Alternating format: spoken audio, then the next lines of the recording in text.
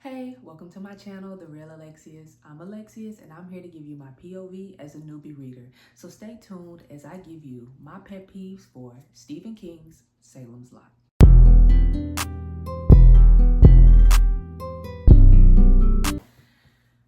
Oh, let's get into it, shall we?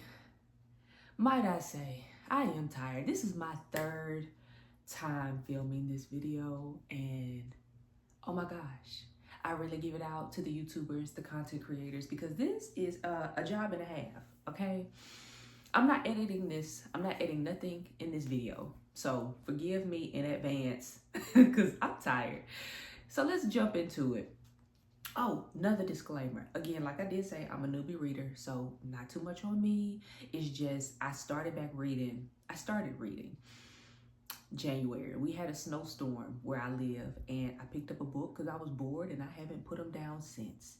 And I love all things horror, all things spooky and scary. So that is what I'm on the hunt to do, is find the best scary book ever. This one fell short though. And I was very sad because a lot of people recommended Stephen King. Like everybody I talked to when I told them I'm looking for a scary book, they were like, Stephen King, king of horror. Can't go wrong. And I believed them because I saw it. And I was scared, like, it scared me to no end. So I just knew I was in for a wild ride. Oh, it was wild, all right, but not in the way I wanted. So my pet peeves, I'm gonna rank them from least to greatest. Okay, so the least of my pet peeves was the slow pacing of the book. I don't mind setting the scene. I don't mind the atmosphere, you know, getting us acquainted with the characters and where we're at and just overall the setting of the scene. I don't mind that. What I do mind is don't give me information that I don't care about, right? I want a little backstory on the town, a little backstory on the house, you know, a little bit of everything, but not a whole lot of one thing. And I feel like that's what I got. I felt like I got a whole bunch of information about the town and just about stuff that I didn't care about. There was a couple that I really enjoyed. Who is it? Oh, I was very intrigued with the couple that was having the affair.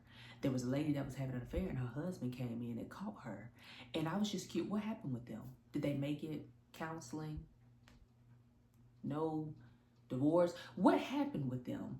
Also, there was a lady who was a bit abusive to her baby. A bit. She was a lot abusive to her baby. What happened with her? CPS called? Did she go to jail? Like, I just felt like there were people that I was actually interested in that I never got closure from. As you know, and yeah, I don't mind slow pacing if you can keep my attention up until the climax. So nothing crazy, but that was the least of my concerns. Moving on to the next one, which is the amount of characters. Why were there so many characters? I know, because it's a town, of course. Like, there's not only a handful of people that live in a town. But my problem with this was they weren't memorable. There was nothing about them that I was just like, oh my gosh, that's so-and-so. There were actually a few of them that I could have done without. Dud, the guy that worked at the junkyard, I could have done without him. Who else? Honestly, I could have done without the abusive mom, and I could have done without the adulterers. Because if you wasn't going to give me the backstory, if you wasn't going to give me the tea on them, keep them. Because they don't serve the plot other than the fact that they just live in here. And yeah, when I got to the middle of the book, I found myself being like, who am I reading? Who is this again? Who is this person? I forgot who I was reading about. I didn't even recognize some of them names at some point. I think I just ran together. But again, nothing too crazy, but whatever. It's on the lowest tempo. So now we're moving on up. The third thing for me that irked my nerves was, well, it didn't irk my nerves, but it was the foreseeable aspects of the book.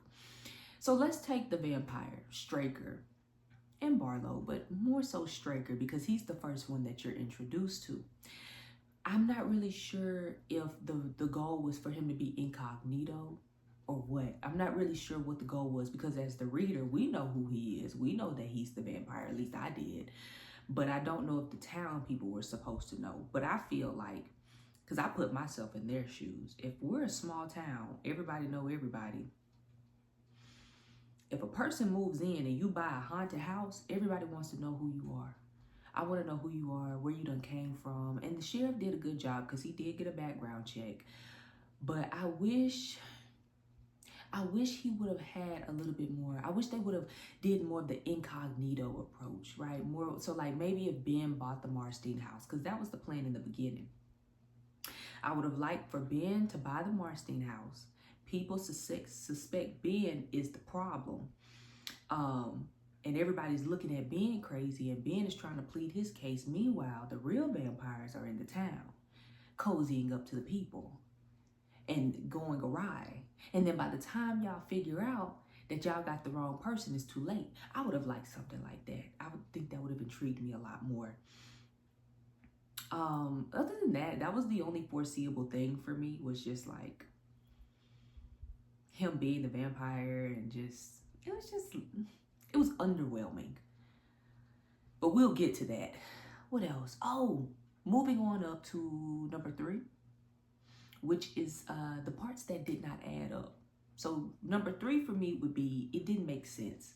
But with horror, you're going to have those scenes and those elements where it's just like, why would you do that? I think every horror movie has that moment. And for me, in this book, that moment was when Susan went to the Marstein house by herself.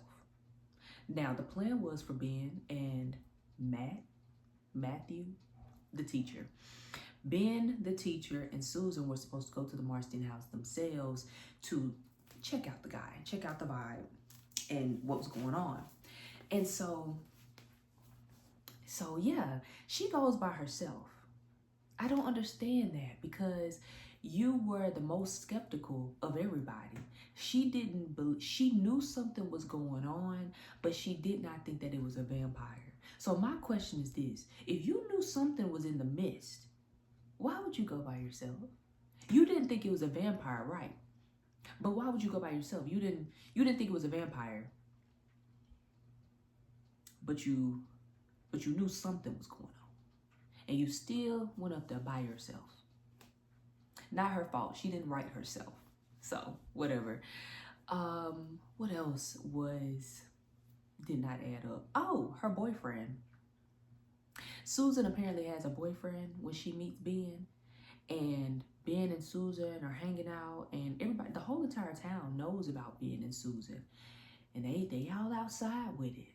You know, they outside, and everybody's like, oh, what's her name ain't gonna like Susan running around town with this man and X, Y, and Z. And I guess I was confused because Susan and her boyfriend never had no conversation. The whole time she running around with Ben. Ben done came to her house. Ben done came to her mama house. Done met the dad. He had dinner. Where is your man? I don't know about y'all, but my man is gonna pull up. Your man ain't gonna pull up on you? Y'all didn't have no conversation. They didn't break up. They didn't fight. They didn't do anything. We don't get introduced to her boyfriend, ex-boyfriend, whoever, until he show up to beat up Ben, which is crazy. That part didn't add up.